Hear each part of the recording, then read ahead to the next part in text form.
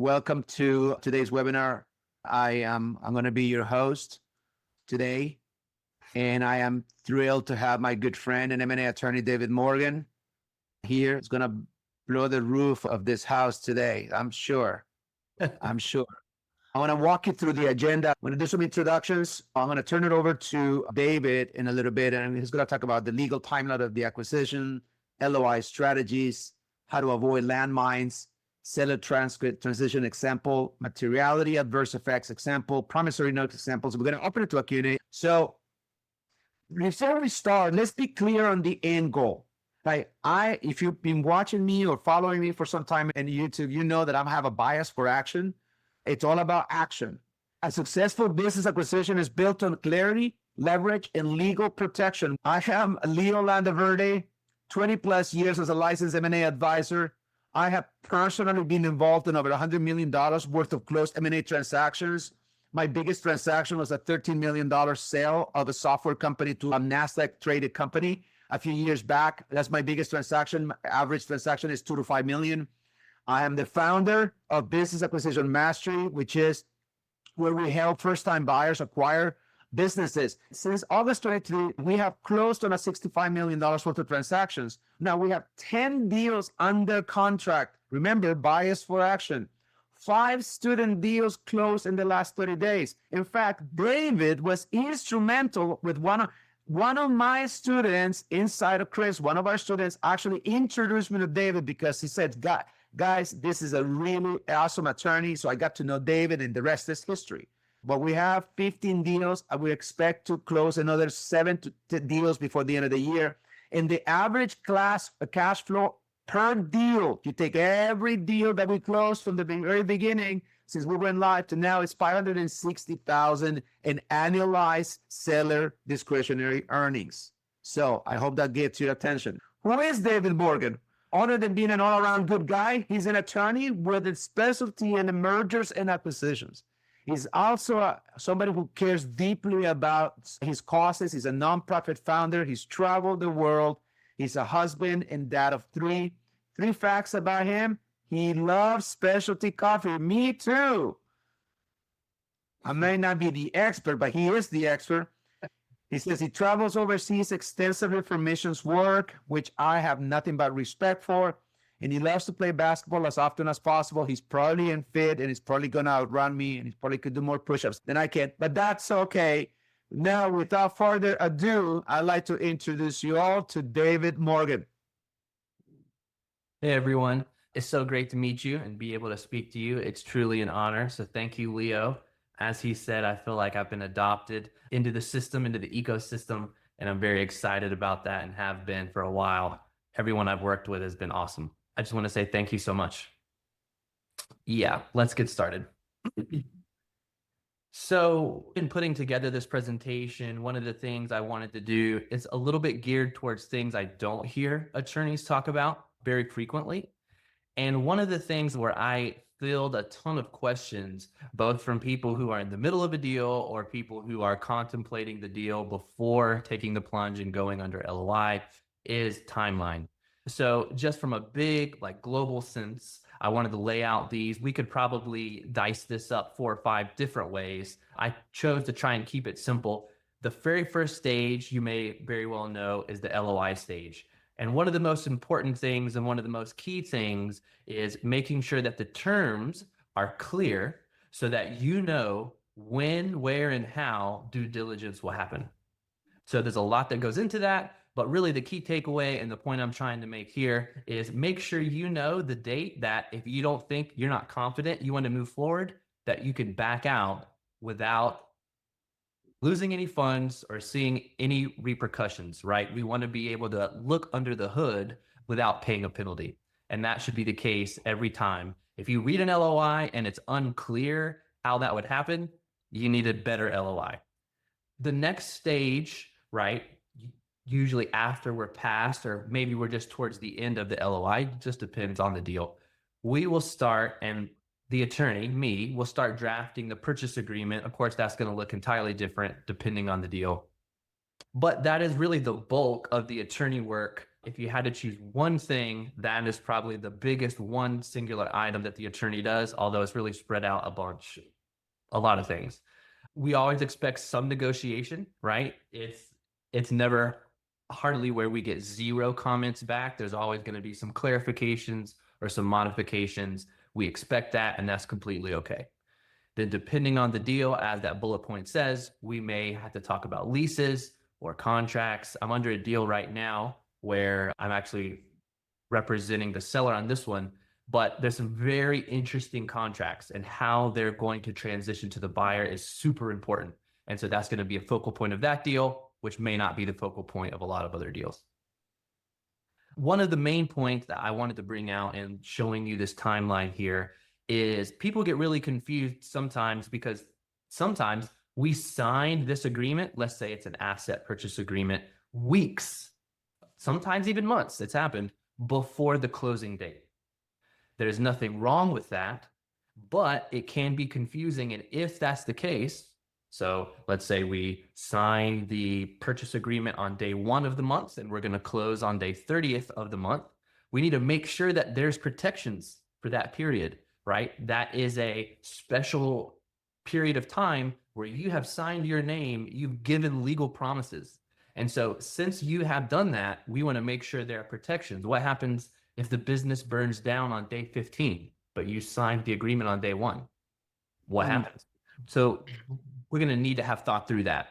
A lot of other deals, this is down to the last bullet point, we are going to sign the agreement and close that day or within 24 hours. And I consider it closed once the wire has hit the seller's bank account, whether that's the entire thing or just a percentage, and there's a promissory note.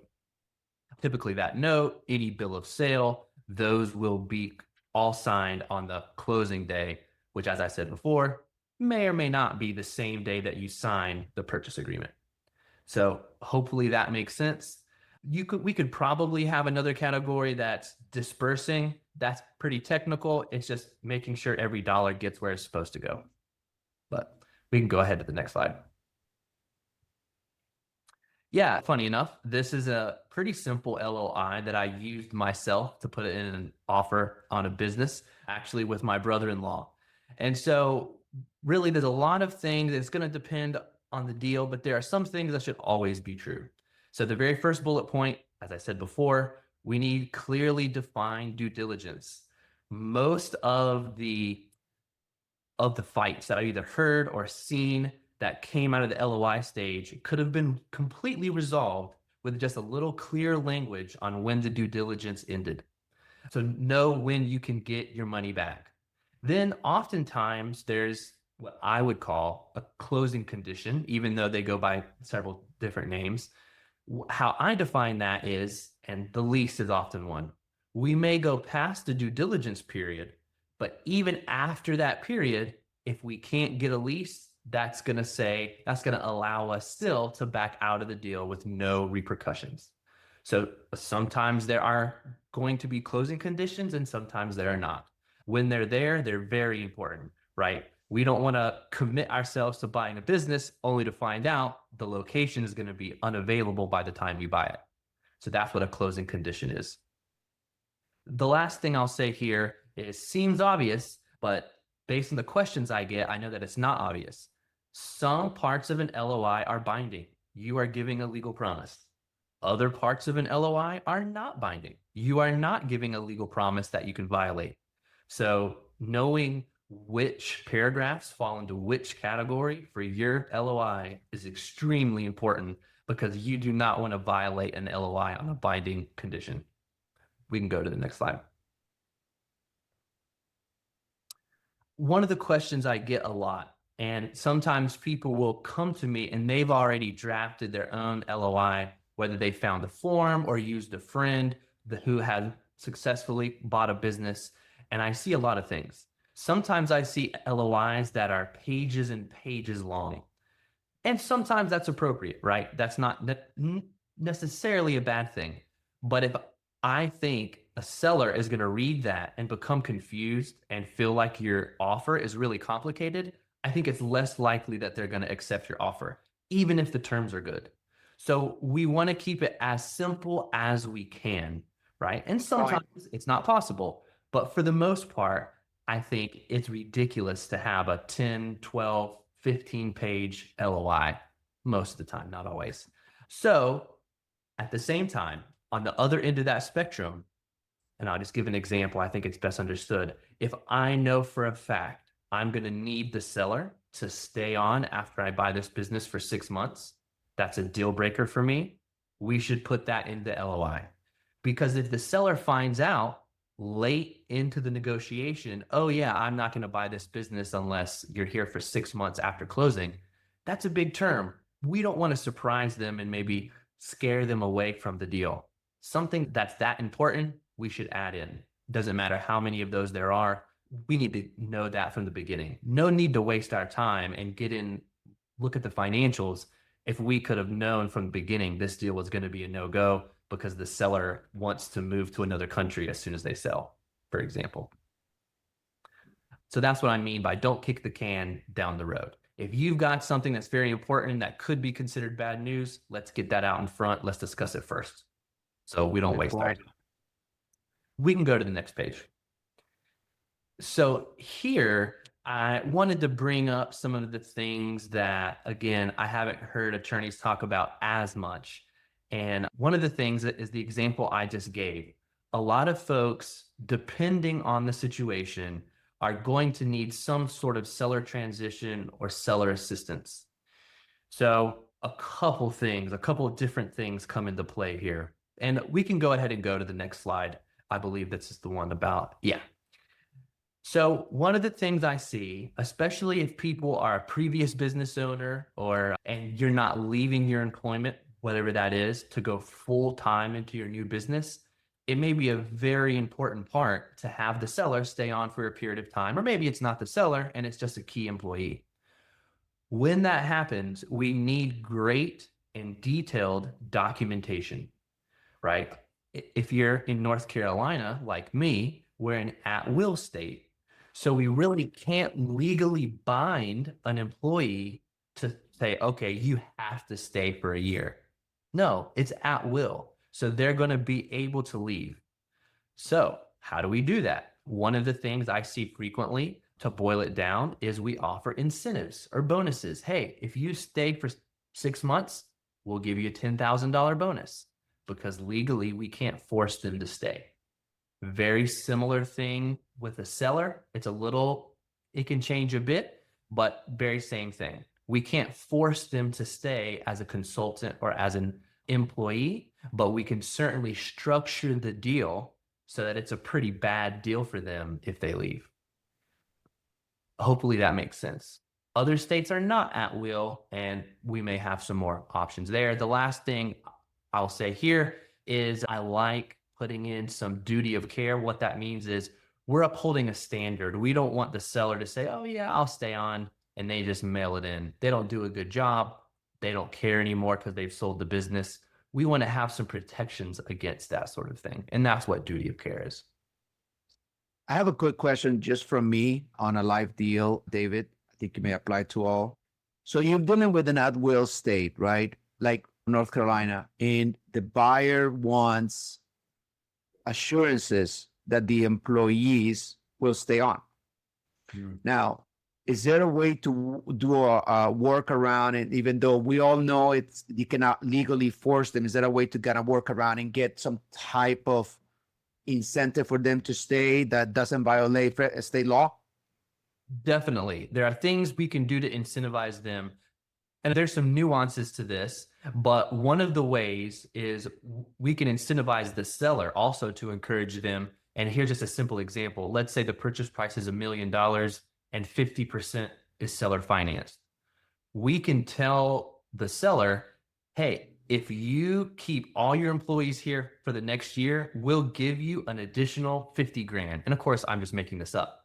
If more than 50% of the employees leave, and this would have to be a part of the deal from the beginning, but we're going to actually subtract 50 grand from the purchase price, and we're going to subtract that from the promissory note. So we can build those incentives into the note, and so the seller is very incentivized to make sure the people that he has or she has the relationship stay there. Does that make sense? Yeah, it does. I think I'm going to take a shot at Joseph Buckner had a question that pertains to the LOI. I think maybe it's a quick answer. I'm going to read it for you. I'm going to read it for you, David. It says, I just submitted an LOI and the broker wanted me to resend another LOI using their Transworld template with a writer. Is that a normal occurrence? That is fairly normal. My preference, and I also do deal with Transworld. I've done the same thing. I've been frustrated by certain brokerages in the past. And what I'll say globally, without looking at exactly what it looks like, is you can do that and you can still protect yourself inside of a broker's form. Okay, so that is totally doable. Now, my preference is to not use that. I would much prefer to have one that we've drafted. But if you, and then not Transworld, but other brokerages I've seen, their rule is we are not even going to show, I don't know how they get by with this. We're not even going to show our seller that you have submitted anything unless it's on our form. I have run into that, not a lot. And so we had to reformat what we were saying. And it took time and it was more expensive, but we reformatted it into a way that they would accept. And although it's frustrating, there's no other way around it sometimes. So rule of thumb inside of our group, we want the LOI to be buyer driven. So it is our language. I'd rather have our language and then redline it on the other side than the other way around. Yeah, and those extraordinary, it depends on the writer. We're not going to get too much on it right now, but thank you. That's a great answer. You want me to go to the next slide? Yes, please. Hang on.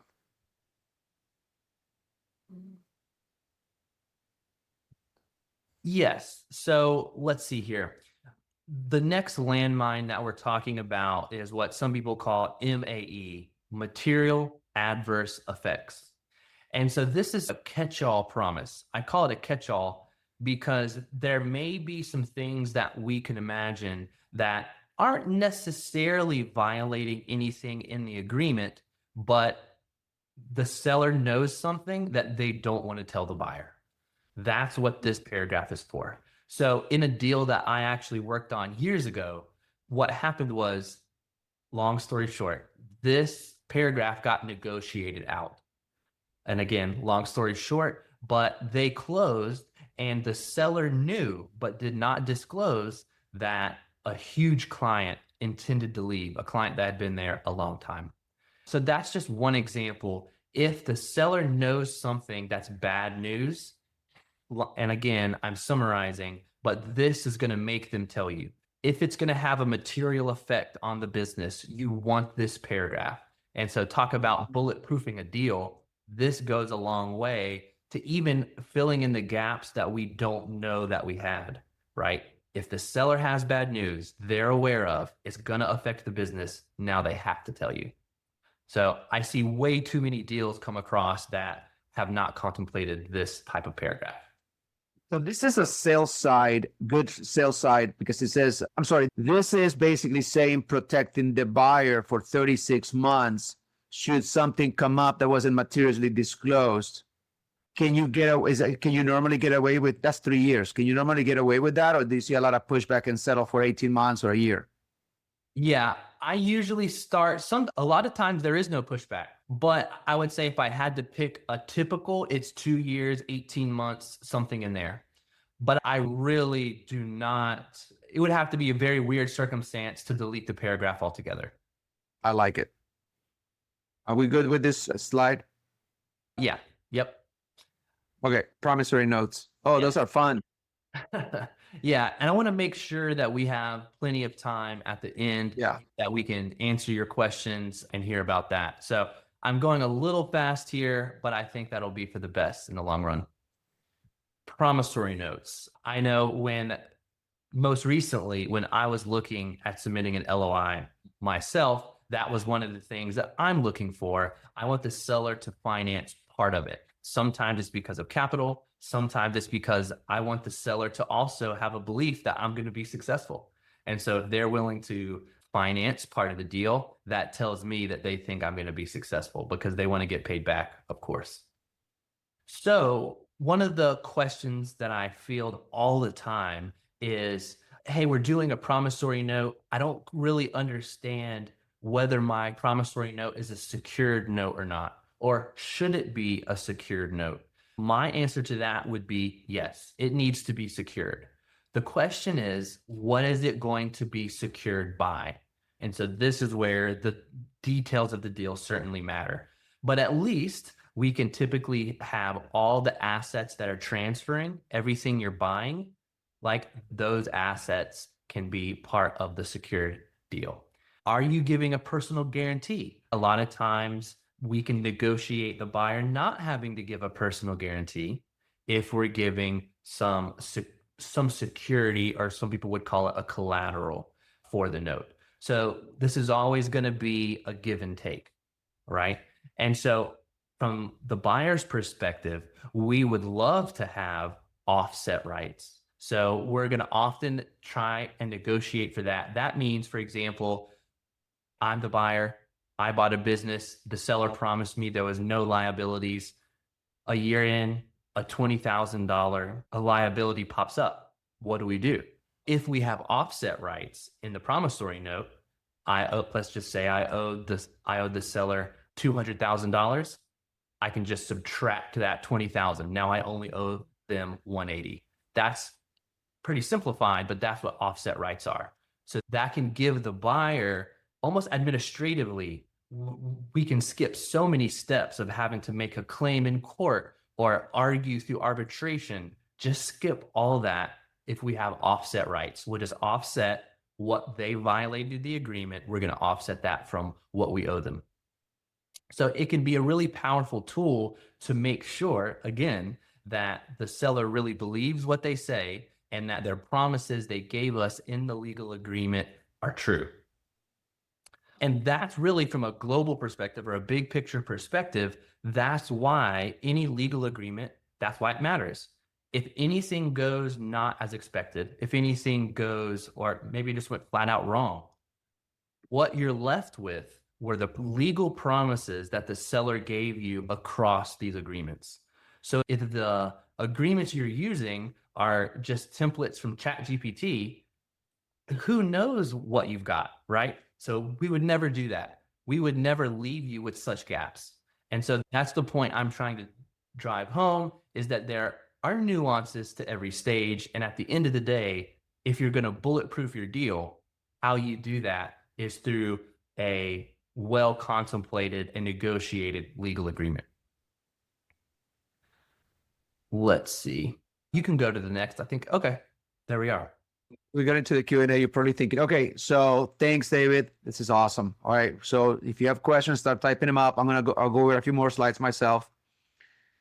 So I really don't want you to overlook something and pay for it later. Having been to many transactions, the larger the deal, the more complex, the more the minutia of detail. And as they say, the devil is in the detail is never truer than a mergers and acquisitions transaction.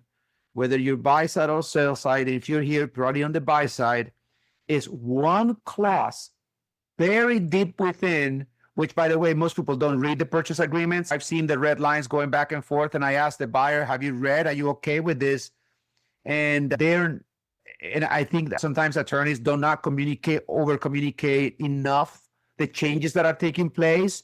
And remember, this is your deal. So David is one thing that he talks to the buyers quite a bit. Are you sure you want to give this? Remember, it's a battle. The war at the end is to buy the business, but you might, in order sometimes for you to win something, you're going to have to give something.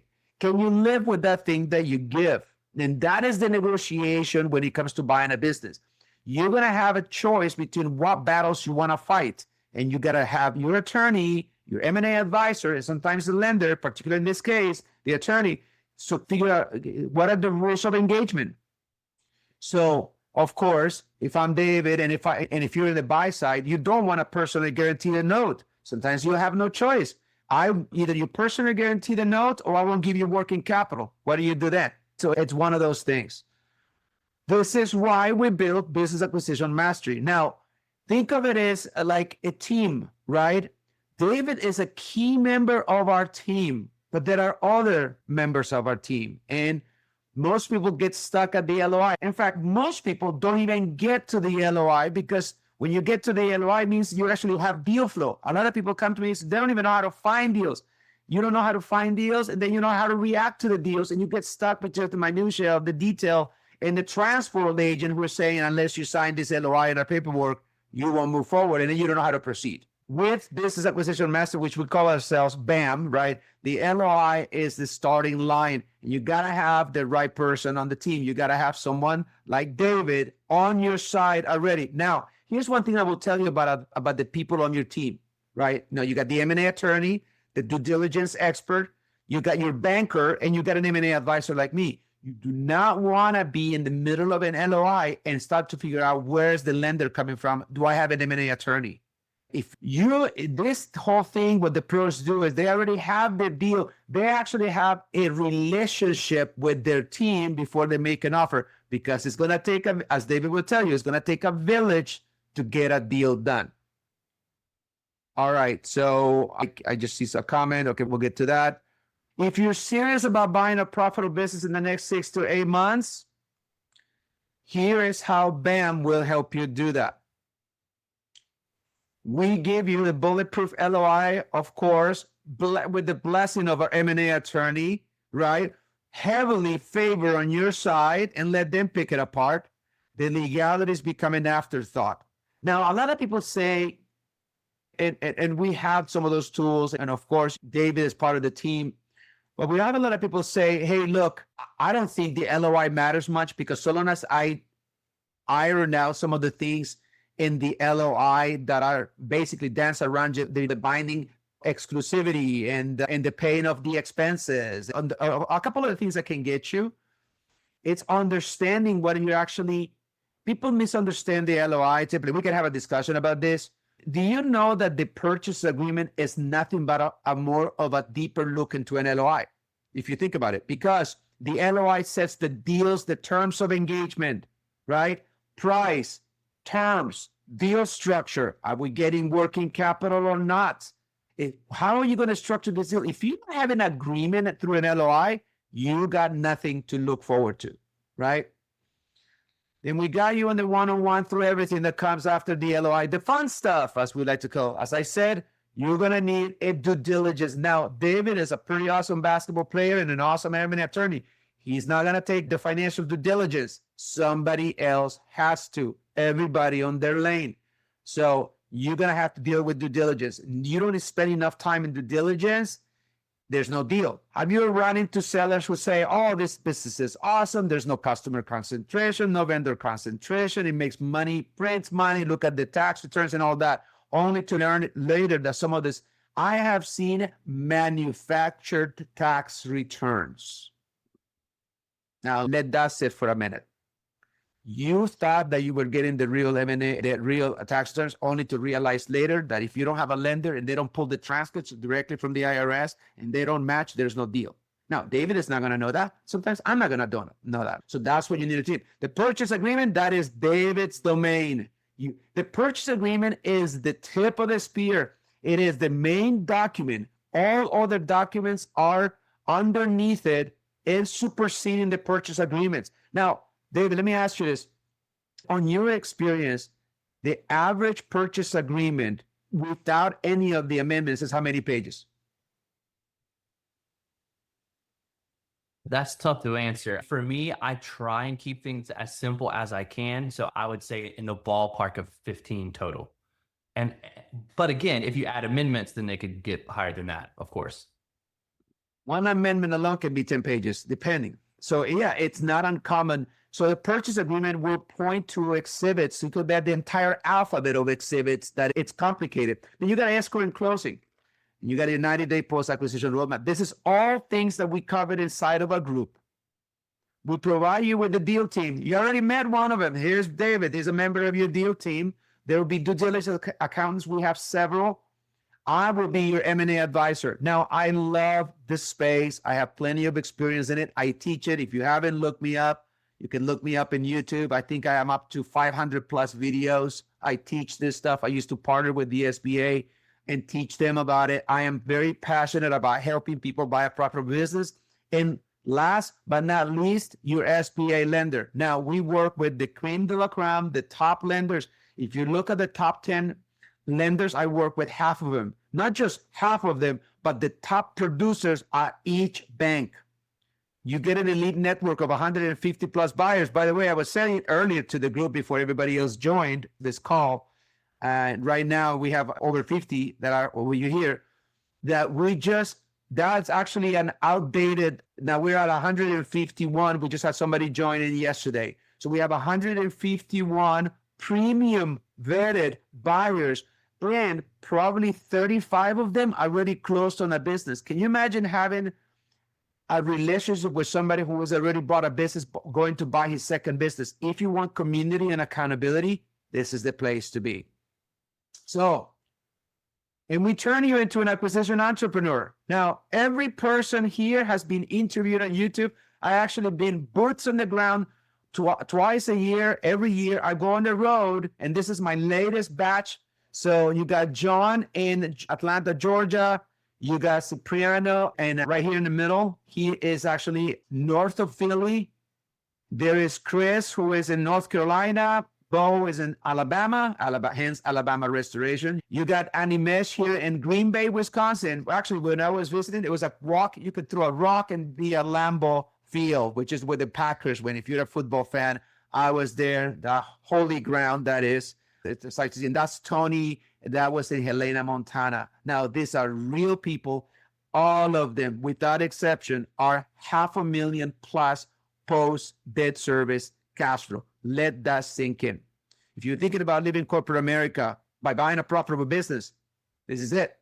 Now, the reason why we're different than everybody else out there is because we really don't do Main Street businesses. If you go to a retail shopping center and you see a little business like that, a taqueria or something like, no, I love tacos, but no, it's a small business, then it's probably not the business that we go after, right? We go after the meaty businesses that are doing $2 to $5 million in revenue, $300 to $1 million worth of earnings, NOI, instead of discretionary earnings. Every one of these deals here is just like it. 65 million in student deals closed in the last 18 months across all industries. We expect to add another $20 million before year end. Average deal size, 1 to 3 million. Average cash flow, 560 a year. Now, let me put that in perspective.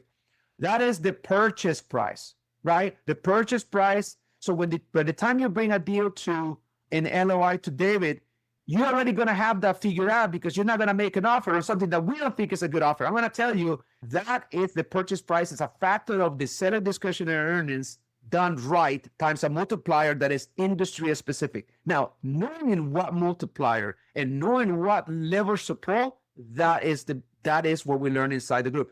That we have multiple live groups a year. This is actually us with a bunch of members of the group in Orlando, Florida. Now, this is where your acquisition journey gets real. All right, so we're going to have some time for Q&A. If you want to know more, scan that QR code, and we'll connect you with a member of our team. Time for Q&A. So I'm telling you, it's feeling pretty good where we are. We still have 20 minutes for Q&A. All right, any questions? How do we get in touch with David? Colin? David at morgan-law.com. And I do, Right there. I think email is probably the easiest way, and you'll probably get a response from one of my paralegals initially and get on the calendar pretty easily. Absolutely. Colin, I totally get it. He says, so he was right there. I do that all the time. All right. Now, let me reemphasize. You got an M&A attorney here. What questions will you have specifically on a deal? Somebody asked a question earlier on this. Does it matter what state? Great question. David, go ahead. Does it matter what state the deal is at? Most likely not. So there are a few exceptions, a few nuances, but for the most part, I can likely do a deal in your state. Oh, there you go.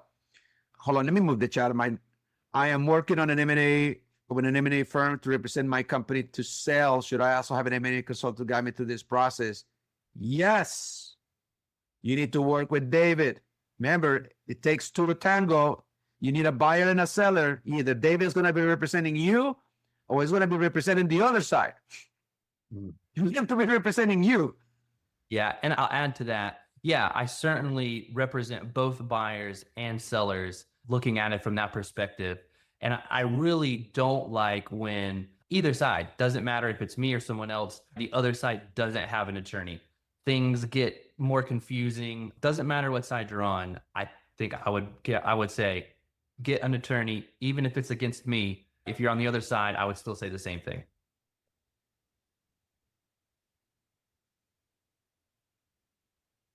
All right, we have a question from Sonia. Can you explain how or if it is possible to roll fees for your BAM program into an SBA loan?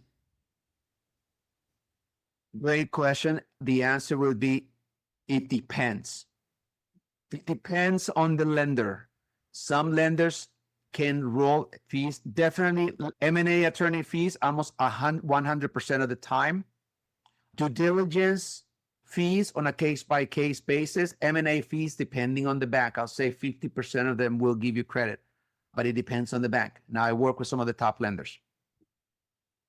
Another question, Michael Wilson is asking, Chris Reynolds, what percentage of sales are seller financed? What percentage of deals are seller financed? Of sales are seller financed. I'm not sure if Is that Michael Wilson? Can we clarify? that is Chris Reynolds. Chris Reynolds, if you can clarify what you mean by your question, we'll be happy to answer that. Okay, I also hear Eric Fraser. Wait a minute, what should I expect the buyers? All right, Michael has a, what should we expect as buyers for fees for professional service attorneys and accountants? That's a loaded question, my friend. Okay, now, okay, let me make sure I'm talking to the right. Michael, what should I'm going to address my part and David is going to address his part, right? The answer is it depends. Now, if your deal is clean, a professional service business with clean records, clean balance sheet, no customer concentration issues, no working capital calculations, very clean through the matching of the interim against the tax returns, clean everything with high resale value, the fees are going to be much lower. Now, as far as accounting fees, I've seen anywhere from 1,000 to 3,000 plus. The bigger the deal, the more complex. Remember, is you're looking at the complexity of the deal. As far as what's the other, you may need, if there is real estate that is tied to the deal, you may actually need to have more legal fees because of the title search and all those things. And there's a legal side of the M&A, the real estate would buy the business, two different probably entities. Go ahead and you can answer the rest, David. Yeah, that is difficult because there are so many different factors. So I think the best way for me to answer it would say where it starts, right? So like the very simple, there's no real estate involved type of deal. There's still going to be tons of variables, but I'd say we're in that 3,000 to 5,000 range. And then it goes up from there, right? There's so many different things. Like sometimes the bulk of my time is spent reviewing and negotiating leases. And then other deals don't even have leases. So it is really hard to say. Thank you, David. Okay, I'm going to address the question to Kurt regarding working capital. Have you found that sellers are open to working capital?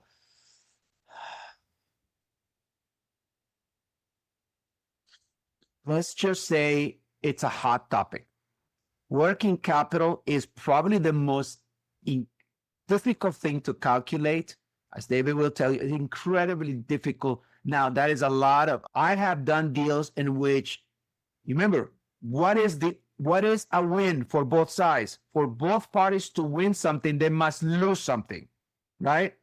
No seller is going to want to give you working capital and you want working capital, right? So you are diametrically opposed at the gate, right? So my advice to you, if you, what we teach our students is you lead with working capital. You don't tell what the working capital is. You come up with language that we have perfected as to how to cue it to be dealt in the purchase agreement. During due diligence, we're going to figure out, how much we need, and we're going to ask the seller for it. Now, somebody else asked a question earlier about how percentage of deals come with seller financing. A lot of them have a seller financing component. If the deal is iffy, if you have a debt service coverage ratio problem, some issue on the deal, the bank, not the seller, is going to say, you know what? I was going to go 90% loan to value on this deal with the 10% equity injection from the buyer. Now I want to go 80%. I want the seller to carry 10, and I want it to be on standby for 2 years. And you got to deal with that. Okay. Either you give the bank what the bank needs, or there's no deal, or you go to another lender. So this whole thing is fluid, and it changes day to day, because remember, what you're selling, what the seller is selling, is an ecosystem. It's a cash flow system. And guess what? Before closing, the bank is going to want the last 60 days financials, which, if the revenue is going up and the profit is going up, no problem. What if it's going down? Do we recast the value of the business? David gets on the phone again. We have to recast the value. The seller took their eye off the deal. You see how much can change in sometimes 24 hours. Sometimes CPAs don't even know how to calculate working capital. Guess what? There's that reason alone, Philip, you need to join BAM. I started in M&A as a I'm an accountant. I'm a chief financial officer. Before I was an M&A guy, I'm a chief financial officer. I help companies. How I got into the game, I was helping companies scale, and I was selling them, but I was in the M&A advisor licensed, and I was leaving a lot of money on the table. So then I helped them scale. Now I get the deal under contract, and I sold $100 million worth of deals. Now, so CPAs don't understand. You don't go to a CPA to figure out working capital in M&A transaction, no more than you go to, let me use medicine. You don't go for, who will you choose if you had a heart problem and you needed heart surgery? Do you go to a heart surgeon, or do you go to a family practice? What do you guys think? Who will you trust your precious heart to if you needed open heart surgery, right? Now you're going to go to a heart surgeon, right? If you needed an working capital, you need to be in a group that actually deals with working capital on a daily basis. I told you we have 10 deals under contract. All of them have working capital needs.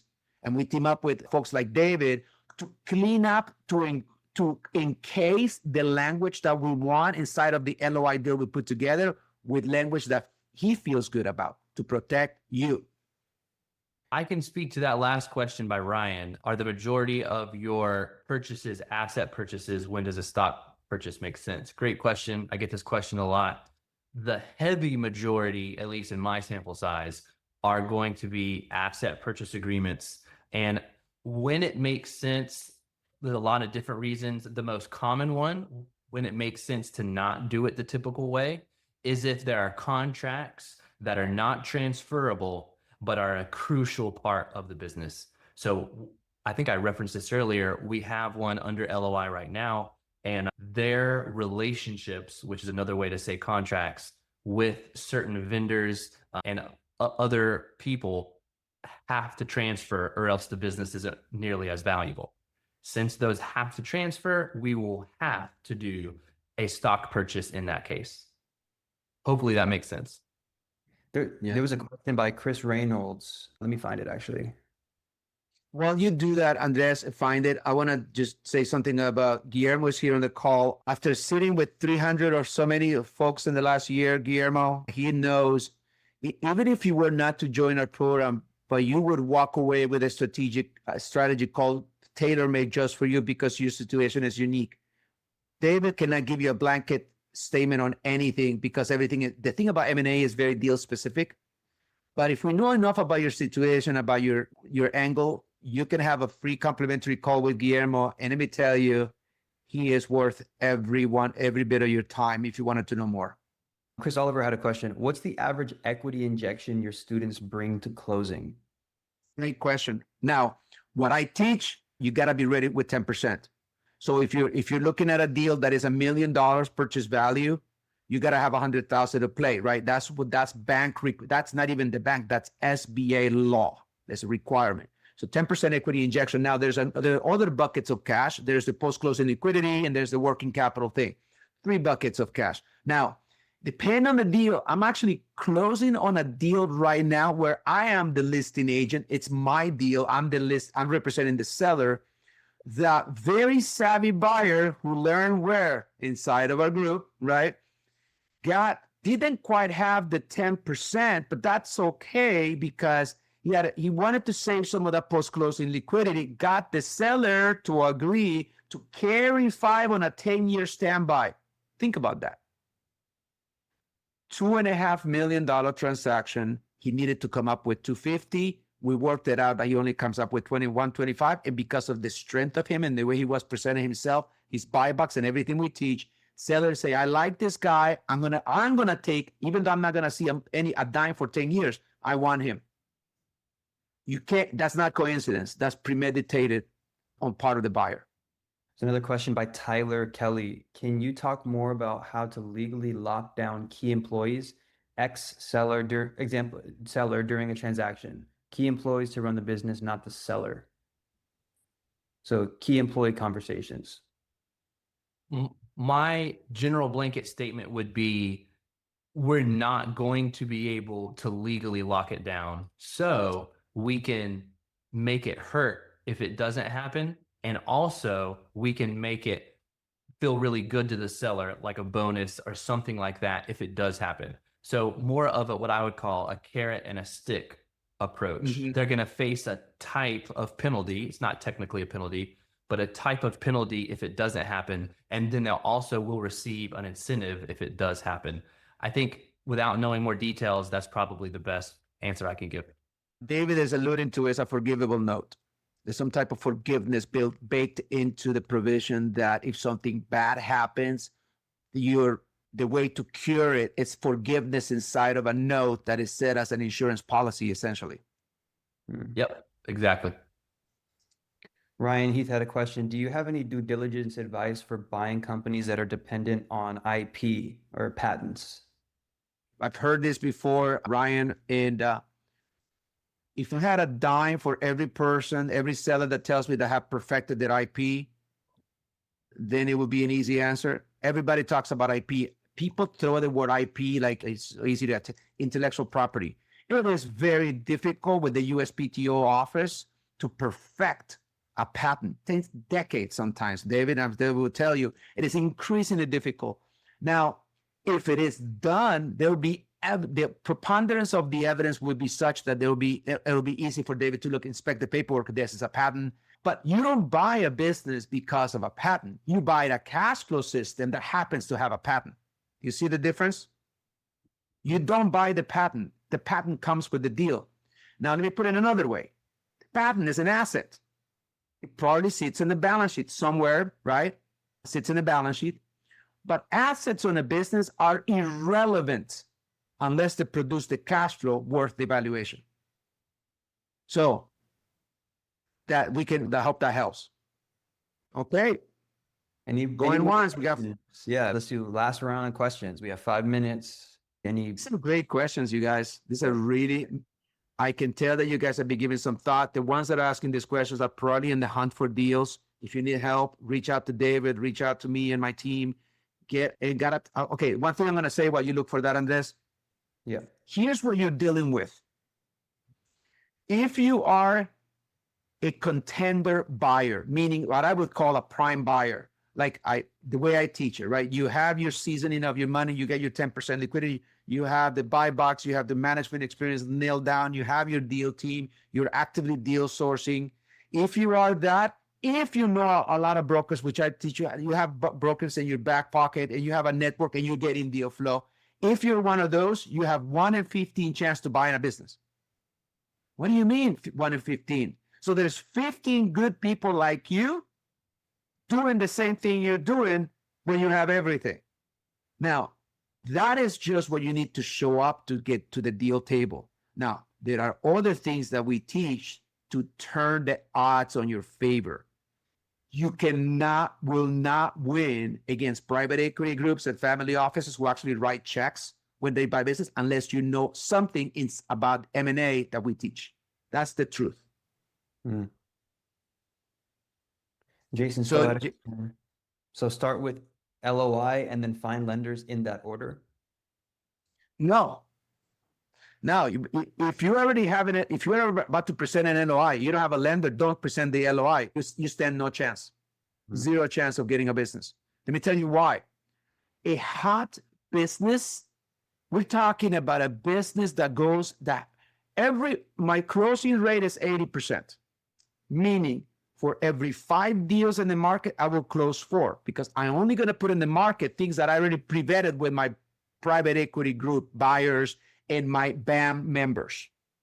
If I put a deal out there, by the time it shows up to bid by sell, when everybody else is fighting for it, you're fighting for scraps in most cases. I already have offers, right? That assumes that if you're going to compete and you send me to my team an intent to want to know more about this deal, which is the buyer, we're going to send you one member of my team is going to send you the buyer profile and the NDA. Assuming that you sign both of them, you don't sign them, you don't get to see the sim, right?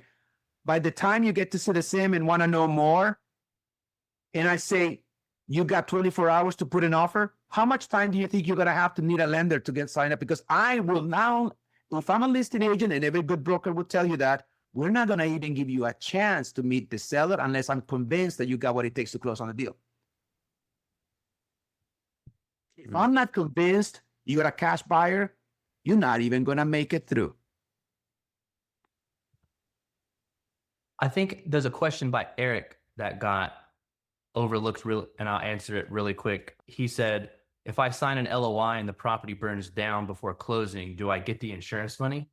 And I think the answer would be entirely dependent upon what the agreements that you sign say. But if you've only signed an LOI, then probably not. But it depends on what the agreement says.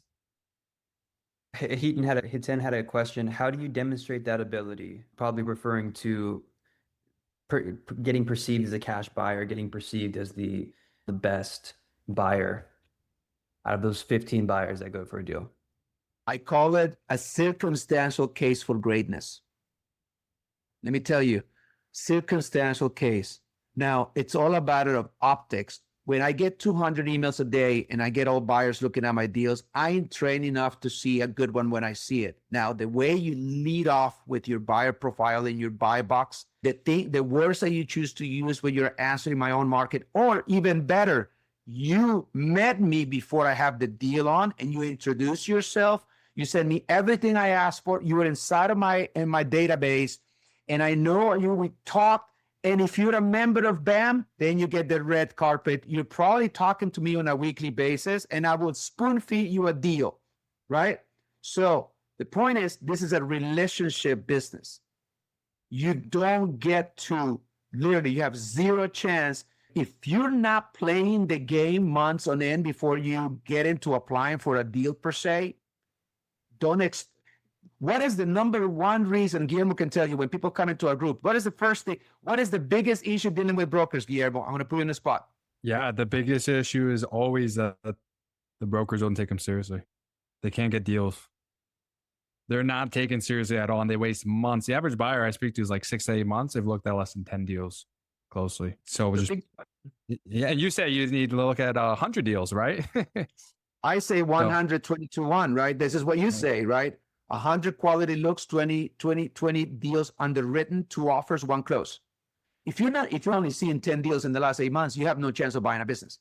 So it's a chronic problem that buyers are not getting feedback from brokers because they don't care for you unless you give them a reason to care. Last question, Jason Stowe asked this before, right at 2 p.m. So this will be the last one. Does the lender pre-approve based on available down payment, regardless of the type of business? So establish the bank relationship first and then find a business to purchase. So the lender, so what I want everybody inside of our group is we're going to get to know the lenders long before you make an offer. So you're going to get a pre-qual letter of support from one of our lenders. You're going to shop around with those, right? And they're going to look at your seasoning of your down payment. Can you imagine having in your buyer profile a letter from a lender says, I vouch for David Morgan, who is up to a purchase of $3 million business, which means we are behind him 100% on a closing a deal. If I'm a broker and I look at that, this guy's done his homework, right? You got to understand is before you estimate buying a business, how much cash do you have to play with? And you don't have to have it all. There are ways to get yourself positioned in such a way. You have a HELOC, you have all these things that you can move money around. There is know-how moving money around that Guillermo will help you. But it's also, you don't want to show everything either because it shows you don't know the game. It's a game. If you haven't figured this out, buying a business is a game, and the ones who know the game win. I see it, David. All right, guys. Hey, we don't want to overstay our welcome. David, thank you again from me. Man, another one out of the, I don't know. This was a swoosh for you. It's basketball. Thank you so much.